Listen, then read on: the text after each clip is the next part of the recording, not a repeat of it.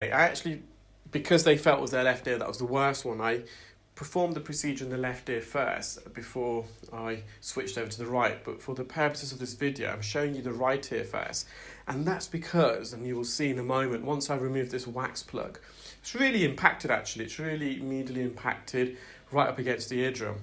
You'll see the start of a cholesteatoma formation, and I'll explain what a cholesteatoma formation is. Now, based on the procedure I performed in the left ear, which you'll see after this, I immediately put some olive oil earwax spray into the ear.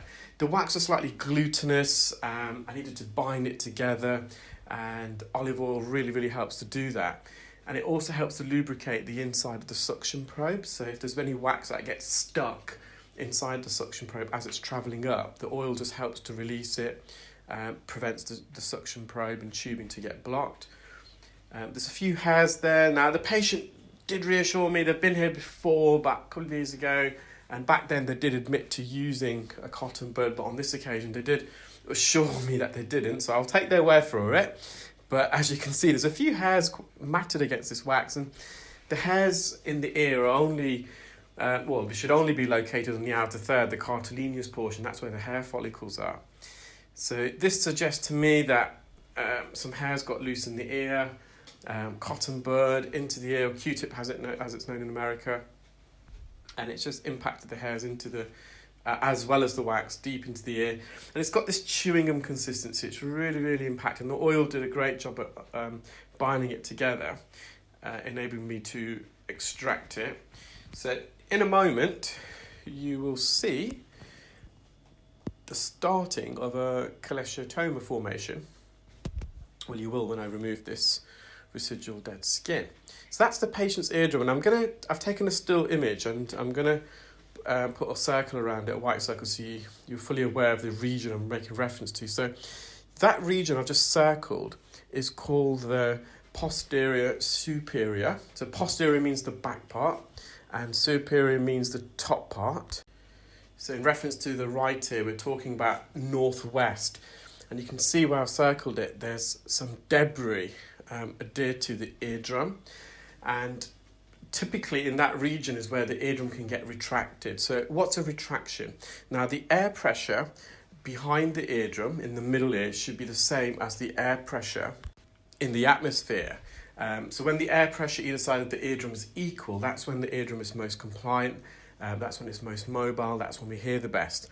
And there's a little tube, a little orifice behind the eardrum in the middle ear called the eustachian tube, which connects to the back of the nose, the nasopharynx.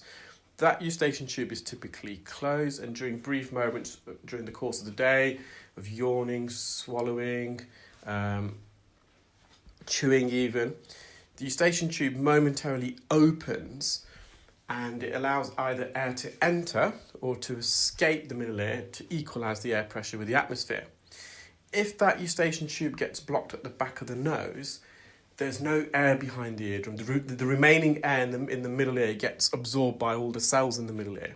And that creates a vacuum effect, which causes the eardrum to get sucked in. And you can compare that to when you're on an aeroplane and you're descending. If it's a quick descent on an aeroplane, the air pressure in the plane pushes your eardrum inwards, it buckles in, and it happens so quickly that eustachian tube is not sometimes inept or quick enough to react and equalise the air pressure. Now, the top part of the eardrum here is called the pars flaccida. It's a bit thinner, a bit more flaccid compared to the main body of the eardrum. We call that the pars tensor. That's more turgid and a bit more robust. And because the top part of the eardrum's a bit thinner, it gets sucked in a lot easier with the vacuum effect, and that creates a pocket, and you'll see that pocket in a minute. Once I remove this, it's really visible. Now, the ear canal and the eardrum, the outer layer of the eardrum anyway, is made up, it consists of this thin layer of skin, an epithelial layer of skin. And as that skin dies and sheds, it migrates sideways out of the ear, and it naturally cleanses the ear. It's like a conveyor belt motion. However, when you've got a retraction pocket like that, you can see it's quite deep. And in a moment, I'm going to zoom in, and I'm going to circle it. Skin, dead skin that tries to shed and migrate out the ear gets trapped into that pocket. And it gets trapped, and that skin then builds up, and that skin can get infected. And when that skin gets infected, it's called a cholesteatoma. And that cholesteatoma can get bigger and bigger. It can grow inwards into the middle ear. It can go upwards towards the brain. It can go sideways into the mastoid cavity, atrium. And it can be life-threatening if untreated. Now, I've removed the embedded keratin within that retraction pocket. You can just see how retracted it is. But where I've just annotated there, where I've just circled it, you can see there's some more freshly shedded dead skin. It's more white in appearance. And it's actually migrated upwards inside the retraction pocket, and it's behind that epithelial layer of skin. Now, we've removed that keratin that was trapped, and sometimes that keratin is really, really rock solid and it's impossible to remove, and it needs to be surgically removed. But that, fortunately for us, that keratin's a bit soft. I managed to get the fine end gauge into that. But that white keratin that's migrating upwards, that's quite difficult to remove because it's almost hidden away. There was a bit hanging at the bottom, but the fine end gauge that we use, gauge 18, it's just too big to do the job, and it can be very uncomfortable for the patient because we're making direct contact with the pars lucida. So I've got no immediate great concerns of a cholesteatoma formation. However, I have requested the patient GP to refer them to see an ENT doctor because it's going to be very likely, unless the eardrum can unblock itself and the eardrum can pop itself out, which we've given some treatments for the patient to help them do that. The Otovent nasal balloon, some nasal decongestion sprays to unblock the eustachian tube. That retraction pocket is, if that's still there, you're going to get keratin that builds up again. And so we referred to ENT, so they will need to be seen regularly. Now, they're more than welcome to come to myself to have that attic cleared of any dead skin that collects, but I am a private audiologist and we do charge, and it could be quite a frequent thing for the patient. So we have made a referral so the patient can see ENT via the NHS, and I think that's also wise because it could be useful for ENT to perform a CT scan just to see and make sure there's no hidden cholesteatoma. Sometimes cholesteatomas are not visible to the naked eye. They can grow inwards and upwards, and they kind of almost camouflage and disappear. And a CT scan is necessary just to confirm there's nothing sinister going on. So the patient is very grateful for that. We're just on the patient's left ear. So this is their bad ear. So they weren't even aware that the right ear was blocked. And it was only until I removed the wax from this left ear that they kind of then noticed, oh, their right ear is also blocked, and the patient asked me to also remove the wax from there. Fortunately, we did, because otherwise that the onset of that cholesteatoma would have gone unnoticed.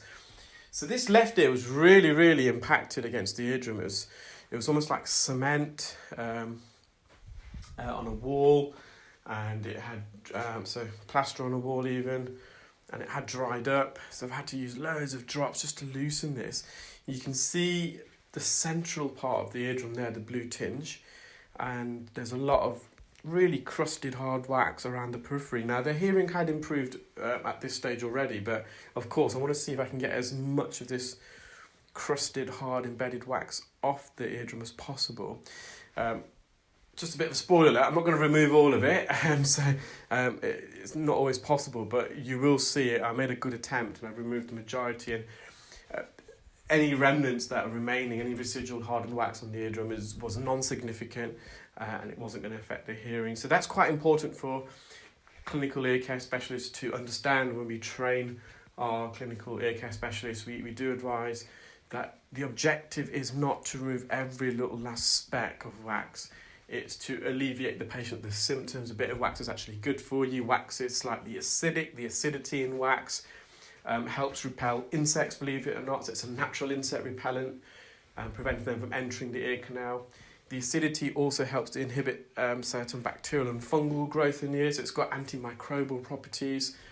Earwax is quite greasy, as most of the time anyway, so it serves as a natural moisturiser in the ear. It keeps the skin in the ear canal nice and moist, it prevents it from drying and cracking. And wax is typically sticky, so any foreign particles, pollen, dust, dirt that enter the ear, it sticks to the wax. And going back to that skin migration, as the skin in the ear canal and eardrum, as it dies and moves sideways like a conveyor belt out of the ear, any wax that's sitting on the surface of the skin also comes out of the ear naturally. So therefore, the wax can expel any foreign bodies, dust, dirt that is attached to it. We can see a lot more of the eardrum now. We can see the hammer bone in the middle, also known as the malleus. So I think I'm going to put some more drops in a moment because there's some wax stuck in the famous now anterior recess. You've probably heard me mention that quite a few times. And there's also a bit of wax trapped in the inferior recess at the bottom here. And I am going to bend the tip of this fine end gauge. And you'll see that a bit later. You'll see the bend in the bottom of the fine end gauge. It's quite a prominent bend there. So I'll just put some more olive oil in there just to soften this a bit more because it is really, really cemented on the eardrum. Whilst you're watching that, I'll just tell you a very quick story today. I had a patient who brought their son to the clinic. The patient is originally from Newcastle in the UK, so that's the northeast of England. But they now live in America and they've just come back. They come twice a year to the UK, and their son suffers from chronic earwax impaction and has to have their ears cleaned regularly. And knowing they were coming to the UK, they decided to come and, whilst they're in the UK, pop in to my clinic and see me. And they were just explaining to me, and I'm blissfully unaware of this, and it was a bit of it took me back a bit.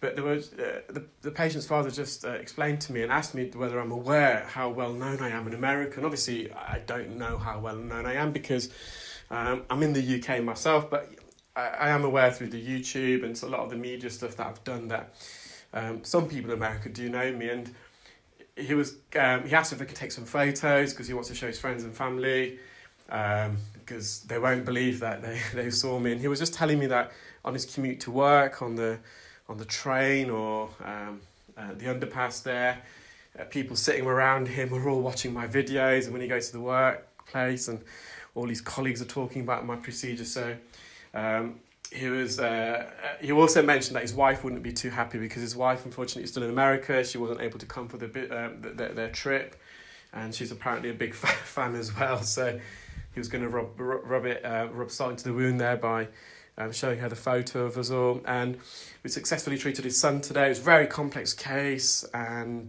son was over the moon as well. Also asked for a selfie.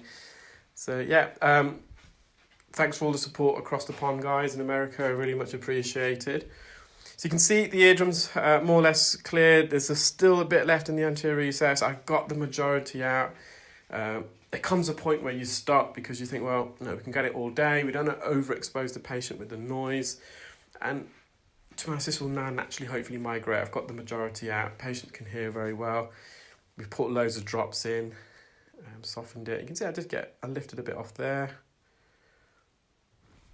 And I mentioned before, you're going to see that bend on the fine end gauge. Hopefully you saw that. So this is the plug of